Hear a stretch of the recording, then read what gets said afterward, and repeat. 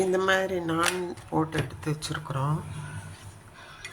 இது வந்து அதுலேயே வந்து எக்கை உடச்சி ஊற்றி தோசைக்கல்ல அதை இது பண்ணி அது மேலே வந்து இந்த சிக்கன் போட்டு வச்சு இது சீஸ் வச்சுருக்கோம். சீஸ் க்ரீம் வச்சுருக்குறோம் பாருங்கள். இது மாதிரி சீஸ் க்ரீம் வச்சுருக்கோம்.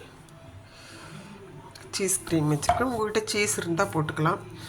இப்போ வந்து சாஸும் ஊற்றியாச்சு, ரெட் சாஸு. இப்போ மடிக்கிறேன். அதான் மடிக்கிறதுக்கு முதல்ல காமிக்கலான்ட்டு. இவ்வளோதான்.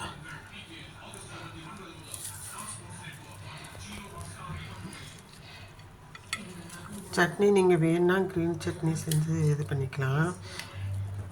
இது வந்து அப்படியே இது பண்ணியிருக்கேன்.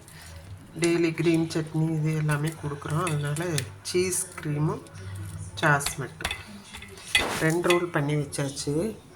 மற்றவங்களுக்கு எக் ரோலு இனிமேல் இதை பண்ணணும். பார்த்துக்குங்க, இப்படி தான் மடிக்கிறது.